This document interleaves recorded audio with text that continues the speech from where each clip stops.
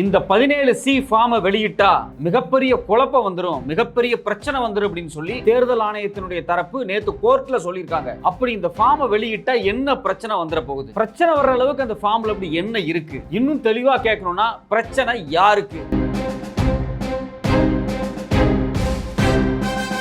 தேர்தல் ஆணையம் நேரடியா உச்ச நீதிமன்றத்தில் வந்து நின்று இந்த ஃபார்ம் எல்லாம் கொடுக்க வேண்டிய அவசியம் கிடையாது. It is not a legal mandate அப்படிங்கிறாங்க. ஆனா அதே சமயத்துல உச்ச நீதிமன்றத்தினுடைய தலைமை நீதிபதி சந்திரசூட் ஏன் நீங்க இதை கொடுக்க கூடாது, இதை கொடுக்கறதுல என்ன பிரச்சனை இருக்கு உங்களுக்கு அப்படின்னு கேட்கிறாரு. ஆனா தேர்தல் ஆணையம் இதுவரைக்கும் எக்ஸாக்டா என்ன பிரச்சனை சொல்லியிருக்காங்களா இல்ல. இந்த சூழ்நிலையில தான் இந்த வழக்கு நேற்று உச்ச நீதிமன்றத்தினுடைய நீதிபதி திபங்கர் தத்தா தலைமையில விசாரிக்கப்பட்டுச்சு. அந்த விசாரணையில் சொல்லப்பட்ட தீர்ப்பு தான் இன்னைக்கு ரொம்ப பெரிய அதிர்ச்சி ஏற்படுத்தி இருக்கு. உண்மையிலேயே தேர்தல் விதிமுறைகளின்படி ஓட்டு போட்ட ஒரு குடிமகன் இந்த 17C ஃபார்ம்ல என்ன இருக்குன்னு தெரிஞ்சுக்கிறதுக்கு உரிமை இருக்கா இல்லையா, சட்டம் என்ன சொல்லுது, அதே சமயத்தில் நேற்று உச்சநீதிமன்றத்தில் விவாதிக்கப்பட்ட இந்த வழக்கினுடைய தீர்ப்பு என்ன?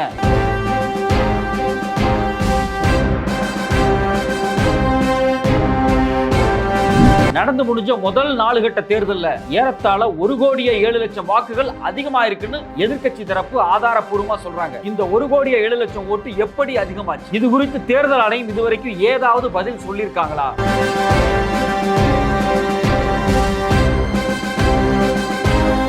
இப்ப 5 கட்ட தேர்தல் முடிஞ்சிருக்கு. எதிர்க்கட்சி தரப்புல இருந்து என்ன கேட்கறாங்க அப்படின்னா, ஒவ்வொரு பூத்லயும் எத்தனை ஆண்கள் ஓட்டு போட்டிருக்காங்க, எத்தனை பெண்கள் ஓட்டு போட்டிருக்காங்க அப்படிங்கிற நம்பர்ஸை வெளியிடுங்க அப்படிங்கிறாங்க. ஏன் அந்த நம்பர்ஸை தேர்தல் ஆணையம் வெளியிட மாட்டேங்குது? அப்படி நம்பர்ஸை வெளியிடாம ஜூன் 4ஆம் தேதி ஓட்டு எண்ணப்பட்டுச்சுன்னா என்ன மாதிரியான சிக்கல்கள் ஏற்படும்? அது மட்டும் இல்லாம இது தேர்தல் ரிசல்ட்ல என்ன மாதிரியான பாதிப்புகளை ஏற்படுத்த போகுது?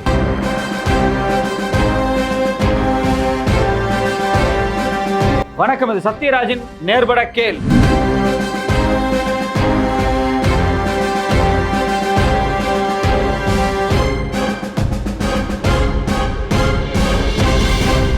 நேற்று உச்ச நீதிமன்றத்தில் மிக முக்கியமான ஒரு விவாதம் நடந்துச்சு. அது எது குறித்து அப்படின்னா, முதல் கட்ட தேர்தல் நடந்துச்சு பாத்தீங்களா, குறிப்பா 4 கட்ட தேர்தல். இந்த தேர்தலுடைய முடிவுகள்ல ஓட்டு சதவீதம் குறித்து நிறைய சர்ச்சைகள் இருக்கு. இன்னும் தெளிவா சொல்ல போனா, முதல் 2 கட்ட தேர்தல் முடிஞ்சு எவ்வளவு பேர் ஓட்டு போட்டிருக்காங்க, எத்தனை சதவீதம் ஓட்டு போட்டிருக்காங்க அப்படிங்கிறது குறித்து தேர்தல் ஆணையம் ஒரு டேட்டாவை சொன்னாங்க. எப்ப சொன்னாங்கன்னா, தேர்தல் நடந்து முடிஞ்சு 24 மணி நேரத்துல ஒரு விஷயத்தை சொன்னாங்க. 60% அப்படின்னு சொன்னாங்க. 11 நாள் கழிச்சு திருப்பி சொல்லும் போது என்ன சொல்றாங்க அப்படின்னா, அது 66% அதிகமாயிருச்சு அப்படின்னு சொன்னாங்க. அன்னைக்கே மிகப்பெரிய பூதம் கிளம்பிச்சு. எதிர்கட்சியை சார்ந்தவங்க, கம்யூனிஸ்ட் கட்சியை சார்ந்தவங்க, திரிணாமுல் காங்கிரஸ் சார்ந்தவங்க எல்லாரும் நேரடியா கேள்வி கேட்டாங்க. நீங்க ஓட்டு போட்ட 24 மணி நேரத்துல என்ன சொன்னீங்க? 60% தானே சொன்னீங்க. 11 நாள் கழிச்சு 66% நியாயமா அப்படின்னு கேட்டாங்க. ரெண்டாவது, எப்படி இந்த 6% அதிகமாச்சு, இதுக்கு விளக்கம் கொடுங்க அப்படின்னு கேட்டாங்க. இது மட்டும் இல்லாம இந்த பிரச்சனை அன்னைக்கு ஆரம்பிச்சு இன்னைக்கு வரைக்கும் உச்ச நீதிமன்றத்துல தொங்கிக்கிட்டே இருக்கு. இதுவரைக்கும் இது குறித்து தேர்தல் ஆணையம் எந்த தெளிவான பதிலும் சொல்லல. எப்ப கேட்டாலும் எவன் வழக்கு போடுறானோ அவனுக்கு எகைன்ஸ்டாவே 4 கருத்தை சொல்லிட்டு முடிச்சுட்டாங்க. அதே வகையில தான் பாத்தீங்கன்னா, நேத்து உச்ச நீதிமன்றத்தில் விவாதத்துக்கு வரும்போது இன்னும் இந்த பஞ்சாயத்து ஒரு முடிவுக்கு வராம இருக்கு. எதிர்க்கட்சி தரப்பில் இருக்கட்டும், இல்ல தன்னார்வ தொண்டு நிறுவனமான ADR அமைப்பு வழக்கு போடுறாங்க. என்னன்னு வழக்கு போடுறாங்க? ஏங்க, ஓட்டு போட்ட அன்னைக்கு நீங்க ஒரு பர்சன்டேஜ் சொல்றீங்க, ஓட்டு போட்ட 11 நாள் கழிச்சு நீங்க 6% கூடிச்சுன்னு சொல்றீங்க. ஏறத்தாழ 1,07,00,000 ஓட்டு அதிகமா இருக்கு. எப்படி இது அதிகமா இருக்கு, எந்தெந்த கான்ஸ்டிட்யூன்சியில் அதிகமா இருக்கு, எவ்வளவு அதிகமா இருக்குன்னு கேக்குறாங்க. அது குறிப்பா சில பட்டியல்கள் வெளிவருது. அந்த பட்டியல்ல அவங்க என்ன சொல்றாங்க அப்படின்னா, இந்தியாவில் 4 மாநிலத்துல, குறிப்பா சொல்ல போனா ஆந்திர பிரதேசத்துல 17 லட்சம் ஓட்டு அதிகமா இருக்கு அப்படிங்கிறாங்க. மகாராஷ்டிரால ஒரு 16 லட்சம் ஓட்டு அதிகமா இருக்கு. கேரளால 11 லட்சம் ஓட்டு, அஸ்ஸாம்ல 10 லட்சம் ஓட்டு. முதல் 4 மாநிலங்கள் அதிகமா ஓட்டு அதிகமான இடம். இதை பார்த்துட்டு தான் எல்லாருமே கேட்கறாங்க. இந்தியா கூட்டணி கேட்கறாங்க, ராகுல் காந்தி கேட்கிறாரு, பிரசாந்த் பூஷன் நேரடியா கேட்கறாங்க. ஓட்டு அதிகமா இருக்கு, இவ்வளவு அதிகமா இருக்கு, 1,07,00,000 ஓட்டு. தயவு செஞ்சு இது குறித்தான விளக்கம் கொடுங்க அப்படின்னு கேட்கறாங்க. இது மட்டும் கேட்கல, அடிஷனலா இன்னொரு விஷயத்தை கேட்கறாங்க. 17C அப்படின்னு ஒரு ஃபார்ம் இருக்கு. இந்த ஃபார்மை உங்களுடைய வெப்சைட்ல அப்லோட் பண்ணுங்க அப்படிங்கிறாங்க. 17C ஃபார்ம்னா என்ன? ஏன் இந்த 17C ஃபார்மை கேட்டா தேர்தல் ஆணையம் பதறுது? இந்த 17C ஃபார்ம்ல சிம்பிளா சொன்னா அதுல என்ன இருக்கும் அப்படின்னா, எங்கெங்கெல்லாம் தேர்தல் நடக்குதோ, அதாவது எந்தெந்த பூத்ல எல்லாம் தேர்தல் நடக்குதோ அந்த பூத்தோட நம்பர் இருக்கும். அந்த பூத்ல எவ்வளவு பேருக்கு ஓட்டு இருக்குங்கிற டீடைல் இருக்கும். எவ்வளவு பேர் ஓட்டு போட்டிருக்காங்க, அதுல ஆண்கள் எவ்வளவு, பெண்கள் எவ்வளவு, டிரான்ஸ்ஜெண்டர் எவ்வளவு, இது தெளிவா இருக்கும். நம்பர்ஸ்லயும் இருக்கும், பர்சன்டேஜ்லயும் இருக்கும். ஒவ்வொரு நாள், அதாவது தேர்தல் நடந்து முடிஞ்ச 24 மணி நேரத்துக்குள்ள இது மொத்தமா லிஸ்டா ப்ரிப்பேர் ஆயிடும். இந்த பூத்துல இவ்வளவு ஓட்டு இருக்கு, ஆனா இவ்வளவு பேர் தான் ஓட்டு போட்டிருக்காங்க, அதுல ஆண்களுக்கு இவ்வளவு பேர் இருக்கு, ஆனா ஓட்டு போட்டது இவ்வளவுதான். பெண்களுக்கு இவ்வளவு பேர் ஓட்டு போடுற உரிமை இருக்கு, ஆனா ஓட்டு போட்டவங்க இவ்வளவுதான். டிரான்ஸ்ஜெண்டருக்கு இவ்வளவு பேர் இருக்காங்க, ஆனா ஓட்டு வந்தது இவ்வளவுதான். எல்லா டீடைலும் ஃபில் ஆகி அந்த 17C ஃபார்ம்ல இருக்கும். இந்த ஃபார்ம் 24 மணி நேரத்திலே ப்ரிப்பேர் ஆயிரும். இதை ப்ரிப்பேர் பண்றது யாருன்னு பாத்தீங்கன்னா ஒவ்வொரு பூத்தில் இருக்கக்கூடிய பிரசைடிங் ஆபீசர். இப்ப எல்லா பூத்லயும் பாத்தீங்கன்னா ஒரு பிரசைடிங் ஆபீசர் இருப்பாரு, அவருக்கு கீழே போலிங் ஆபீசர்ஸ் இருப்பாங்க, அது இல்லாம கட்சி சார்ந்த போலிங் ஏஜென்ட் இருப்பாங்க. சோ இந்த குழு தான் இதை தயாரிக்கும். யூசுவலா வந்து போலிங் ஆபீசரும் பிரசைடிங் ஆபீசரும் மொத்தமா இந்த லிஸ்ட்டை தயாரிச்சிருவாங்க. தயாரிச்சு இது யாருக்கு அனுப்புவாங்க? 24 மணி நேரத்துக்குள்ள இந்த லிஸ்ட் யாருக்கு போகும்னா ரிட்டர்னிங் ஆபீசருக்கு போகும். ரிட்டர்னிங் ஆபீசர் அப்படிங்கிறவர் தான் ஹெட். எதுக்கு ஹெட்னா ஒவ்வொரு கான்ஸ்டிட்யூன்சிக்கும் ஹெட். ஒரு எம்பி தொகுதிக்கும் அவர் தான் தலைவரா இருப்பாரு, இல்ல ஒவ்வொரு எம்எல்ஏ தொகுதிக்கும் அவங்க தலைவரா இருப்பாங்க. யூசுவலா யார் இது வச்சிருப்பாங்க அப்படின்னா ஐஏஎஸ் அதிகாரி லெவலில் இருக்கக்கூடியவங்க, இல்ல அரசு வேலையில் இருக்கக்கூடிய உயர் அதிகாரிகள், இவங்க தான் பாத்தீங்கன்னா ரிட்டர்னிங் ஆபீசரா இருப்பாங்க. இந்த ரிட்டர்னிங் ஆபீசருக்கு இந்த 17C ஃபார்ம் அனுப்பப்படும். ரிட்டர்னிங் ஆபீசர் என்ன பண்ணுவார் அப்படின்னா சீஃப் எலெக்ஷன் கமிஷனர் இருக்காங்க இல்லையா, அதாவது எலெக்ஷன் கமிஷன் ஆபீஸ்க்கு டைரக்டா அங்க அனுப்பிச்சிருவாங்க. அதாவது அவங்களுடைய கட்டுப்பாட்டுக்கு இந்த 17C ஃபார்ம் வந்து போயிடும். சோ அப்ப போலிங் ஆபீசர் ப்ரிப்பேர் பண்றது பிரசைடிங் ஆபீசருக்கு போய், பிரசைடிங் ஆபீசருக்கு இருந்து ரிட்டர்னிங் ஆபீசர்ட்ட போய், ரிட்டர்னிங் ஆபீசர்ல இருந்து தலைமை தேர்தல் ஆணையர்களுடைய நேரடி கட்டுப்பாடு இருக்கு பாத்தீங்களா, அந்த யூனிட் கிட்ட போயிடும். இது எல்லாமே ஆல்மோஸ்ட் 24 ஹவர்ஸ்ல நடந்துரும். அப்போ ஓட்டு போட்டு 24 மணி நேரத்துக்குள்ள எத்தனை ஆண்கள் ஓட்டு போட்டான், எத்தனை பெண்கள் ஓட்டு போட்டான், என்ன டீடைல்ஸ், எத்தனை பர்சன்டேஜ், எத்தனை நம்பர்ஸ் எல்லாமே வந்துரும். இந்த ஃபார்மை தான் எதிர்க்கட்சி என்ன சொல்றாங்க அப்படின்னா, நீங்க தேர்தல் முடிஞ்ச உடனே உங்க வெப்சைட்ல போட்டுருங்க, ஒவ்வொரு தொகுதியிலையும் இவ்வளவு பேர் ஓட்டு போட்டிருக்காங்க, ஆண்கள் எவ்வளவு பெண்கள் எவ்வளவு, இந்த டீடைல் வெளியிட்டுருங்க. இதை வெளியிடுறதுக்கு உங்களுக்கு என்ன பிரச்சனை அப்படின்னு கேட்கறாங்க. ஆனா தேர்தல் ஆணையம் என்ன சொல்லுது அப்படின்னா, இல்ல அதெல்லாம் வந்து வெளியிட முடியாது, இது ஒன்றும் லீகல் மேண்டேட் கிடையாது, அப்படியெல்லாம் ஒன்றும் வெளியிட வேண்டிய தேவை இல்லை அப்படிங்கிறாங்க. இதை ஏன் எதிர்க்கட்சி வெளியிட சொல்றாங்க அப்படின்னா, நீங்க தேர்தல் முடிஞ்சு 24 மணி நேரத்தில் 60% ஓட்டுன்னு சொன்னீங்க, 11 நாள் கழிச்சு 66%, 1 கோடி வாக்கு அதிகமாயிருச்சு, உங்க மேல எங்களுக்கு நம்பிக்கை இல்லை, மக்கள் உண்மையிலேயே நம்பிக்கை இழக்கிறாங்க. மக்களுக்கு தேர்தல் ஆணையத்தின் மீதும் தேர்தல் மீது நம்பிக்கை வரணும்னா எவ்வளவு நம்பர் ஓட்டு போட்டிருக்காங்கிறத நீங்க வந்து டீடைலா வெப்சைட்ல வெளியிடுங்க. குறிப்பா தேர்தல் முடிஞ்ச 24 மணி நேரத்தில் நீங்க வெளியிட்டுருங்க. அப்பதான் பாத்தீங்கன்னா நாளைக்கு ஓட்டு கவுண்ட் பண்ணுவாங்கல்ல, அப்படி கவுண்ட் பண்ற அன்னைக்கு இதை நாங்க கம்பேர் பண்ணி பார்ப்போம் அப்படிங்கிறாங்க. அப்ப இந்த 17C ஃபார்ம் வந்து ஏற்கனவே பாத்தீங்க அப்படின்னா அந்த பூத் ஏஜென்ட்களுக்கு கொடுப்பாங்க. அது வந்து லீகலா வந்து கொடுக்கலாம், எல்லா உரிமையும் இருக்கு. அதே மாதிரி கேண்டிடேட்டுக்கும் கொடுக்கலாம். இந்த ஃபார்மை அரசாங்க வெப்சைட், அதாவது தேர்தல் ஆணைய வெப்சைட்லயே அப்லோட் பண்ணும்போது, தேர்தல் கவுண்ட் நடக்கும்போது, வர ஜூன் 4ஆம் தேதி கவுண்ட் நடக்குது பாத்தீங்களா, அப்போ இந்த தேர்தல் ஆணையத்துடைய அதிகாரிகளா இருக்கட்டும், தேர்தல் ஆணையத்துடைய கட்சி பூத் ஏஜென்ட்களா இருக்கட்டும், இவங்க எல்லாருமே கம்பேர் பண்ணி பார்ப்பாங்க. ஒரு இவிஎம் மிஷினை எடுத்து திறக்கும் போது இதுல எத்தனை ஓட்டு பதிவாயிருக்கு அப்படிங்கறத முதல்ல பார்ப்பாங்க. அதே சமயத்துல இந்த கையில வச்சிருக்கக்கூடிய 17C ஃபார்ம் இருக்கு பாத்தீங்களா, இதுல எவ்வளவு சொல்லப்பட்டிருக்கு, அந்த மெஷினோட நம்பர் இருக்கும், யூனிட் நம்பர் இருக்கும், விவிபேடோட நம்பர் இருக்கும், எல்லா நம்பருமே ரொம்ப தெளிவா இருக்கும். இப்போ இந்த நம்பரை வச்சு கொண்டு வரும், ஆமா இந்த 17C ஃபார்ம்ல என்ன, எந்த தொகுதியில எந்த மெஷின், எந்த நம்பர் உள்ள மெஷின் சொல்லப்பட்டுச்சோ அந்த மெஷின் தான் இருக்கு.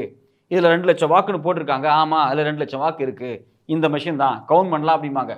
இதுல ஏதாவது டிஃபரன்ஸ் வந்துச்சுன்னா உடனே ஓட்டு என்றதை நிறுத்திடலாம். இல்ல 17C ஃபார்முக்கும் இவிஎம் மெஷின் காட்டக்கூடிய டாக்குமெண்ட்டுக்கு டிஃபரன்ஸ் இருக்கு, உடனே நிறுத்துங்கன்னு சொல்லி தேர்தல் கவுண்ட் பண்றதே நிறுத்தலாம். சோ இந்த ஃபார்முக்கு அவ்வளவு அதிகாரங்கள் இருக்கு. இவ்வளவு அதிகாரங்கள் உள்ள இந்த ஃபார்மை தான் பாத்தீங்கன்னா தேர்தல் ஆணையம் நாங்க கொடுக்க முடியாது, லீகல் மேண்டேட் கிடையாது அப்படின்னு சொல்றாங்க.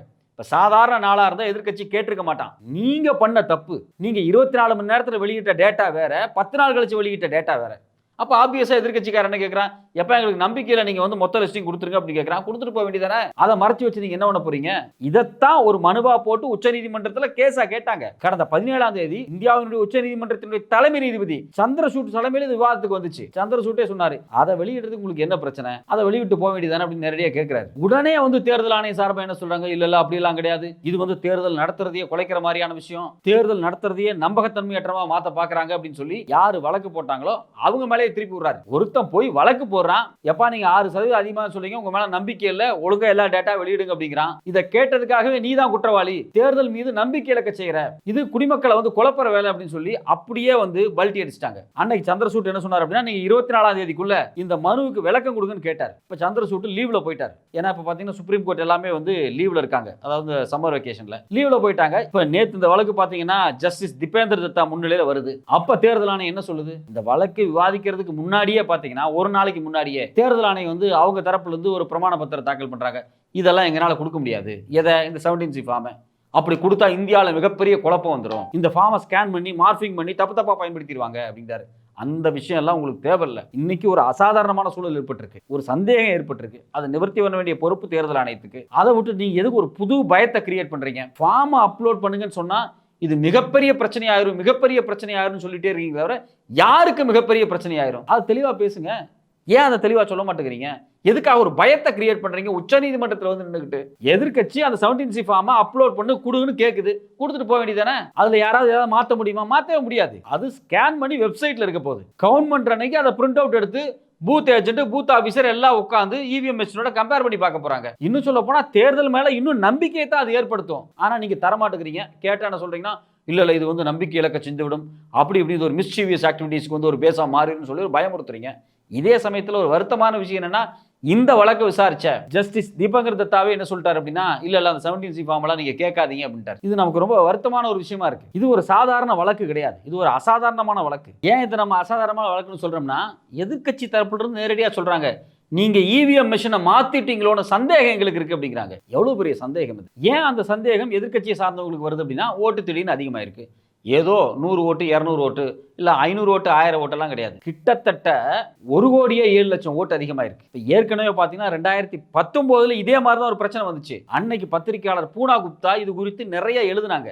அவங்க நிறைய ஆதாரத்தை வெளியிட்டாங்க. இப்ப கூட பாத்தீங்கன்னா கடந்த மாசமே பாத்தீங்கன்னா பத்திரிகையாளர் பூனா குப்தா வந்து 2019 கூட எத்தனை ஆண்கள் ஓட்டு போட்டாங்க, பெண்கள் ஓட்டு போட்டாங்க டேட்டா வெளியிட்டாங்க. அந்த டேட்டா கூட நீங்க இப்பயே வெளியிட மாட்டேங்கிறீங்கன்னு அவங்க தான் ஆரம்பிச்சாங்க இந்த பிரச்சனையை. அவங்க ஏன்னா 2019 தேர்தல் நடந்தப்பவே பாத்தீங்க அப்படின்னா, நீங்க வந்து இந்த 17C ஃபார்ம் குறித்தோ இல்ல மற்ற விஷயங்கள் குறித்து நீங்க தெளிவான பதில் சொல்ல மாட்டேங்கிறீங்க அப்படின்னு அவங்களும் வழக்கு போட்டாங்க. அவங்க வந்து கேரவன் பத்திரிகையில் ஒரு டீட்டெயிலான கட்டுரை கூட எழுதினாங்க. அது மட்டும் இல்லாம இந்த ஓட்டு டிஃபரன்ஸ் ஏற்கனவே பாத்தீங்கன்னா 373 தொகுதியில ஒரு சில பிரச்சனைகள் ஏற்படுத்தி இருக்கு அப்படின்னு அவங்க ஆதாரப்பூர்வமா சொன்னாங்க. போன தேர்தலையே பாத்தீங்கன்னா இந்த போன தேர்தலையே பாத்தீங்க அப்படின்னா எவ்வளவு பேர் வாக்காளர்கள் இருக்கிறாங்களோ அதை விட அதிகமான வாக்குகள் விழுந்துச்சு அப்படின்னு சொல்லி அவங்க வந்து நிறைய குற்றச்சாட்டை முன் வச்சாங்க, ஆதாரத்தை முன் வச்சாங்க. 373 தொகுதியில ஓட்டுல டிஃபரன்ஸ் ஆச்சுன்னு சொன்னாங்க. குறிப்பா ஒரு 6-7 தொகுதியில வெற்றி வாய்ப்பே இதுதான் முடிவு பண்ணுச்சு அப்படிங்கிறாங்க.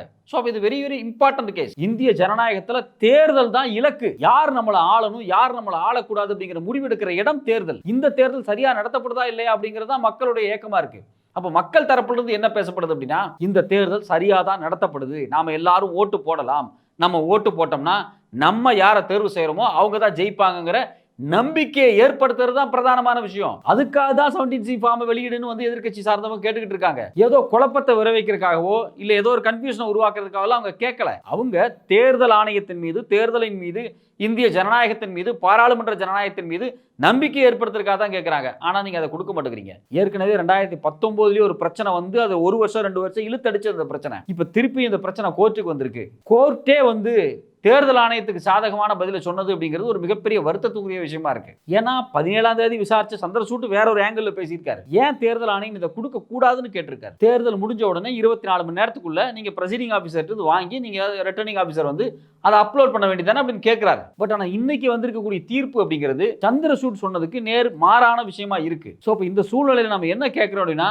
ஜனவரி 4ஆம் தேதி ஓட்டெடுப்பு நடக்க போகுது. அந்த ஓட்டெடுப்பு நடக்கிறதுக்கு முன்னாடி எந்தெந்த கான்ஸ்டிடியூன்சில எவ்வளவு ஆண்கள் ஓட்டு போட்டிருக்காங்க, பெண்கள் ஓட்டு போட்டிருக்காங்க, சதவீதம் என்ன, எவ்வளவு பேர் ஓட்டு போடல, எல்லாம் டீட்டெயிலா வெளியே வரணும். ஒவ்வொரு பூத் ஏஜென்ட் கையிலையும் அது கொடுக்கப்படணும். அது மட்டும் இல்லாம ஒவ்வொரு கேண்டிடேட் கையிலையும் கொடுக்கப்படணும். ஜனவரி 4ஆம் தேதி இவிஎம் பெட்டியை திறந்து எண்ணப்படும் போது எல்லா கேண்டிடேட்ஸும் அதை கம்பேர் பண்ணி பார்க்கணும். 17C ஃபார்ம்ல எவ்வளவு சொல்லியிருக்கு, அதே சமயத்தில் இவிஎம் மிஷின்ல எவ்வளவு சொல்லியிருக்கு, எல்லாத்தையும் கம்பேர் பண்ணி பார்க்கணும். ரெண்டாவது இவிஎம் மிஷின்ல சொல்லக்கூடிய நம்பரும் இந்த 17C ஃபார்ம்ல போட்டிருக்க நம்பரும் சரிதானா, கரெக்டான பொட்டியை தான் எடுத்து எண்ணுறாங்களா, இது மாதிரியான பல சந்தேகங்கள் ஏற்படும் போது அதை சரிபார்க்கிறதுக்கு இந்த 17C ஃபார்ம் இப்போ வெளியிட்டா தான் எல்லாம் சரிபார்க்க முடியும். இப்போ இது மாதிரியான சூழ்நிலை தேர்தல் ஆணையம் இதை வெளியிடாம இருக்கிறது நமக்கு பல கேள்விகளை எழுப்புது. நீங்க பிரச்சனை வரும்னு சொல்றீங்க, அது என்ன பிரச்சனை சொல்லுங்க, ஏன் வெளியிட மாட்டேங்கிறீங்க அது தெளிவா சொல்லுங்க. இது வரைக்கும் இது குறித்து நீங்க எந்த பதிலையுமே சொல்லலை. இந்த பதிலை இந்தியாவில் இருக்கக்கூடிய ஓட்டு போட்ட ஒவ்வொரு குடிமகனும் எதிர்நோக்கி உட்கார்ந்துகிட்டு இருக்காங்க.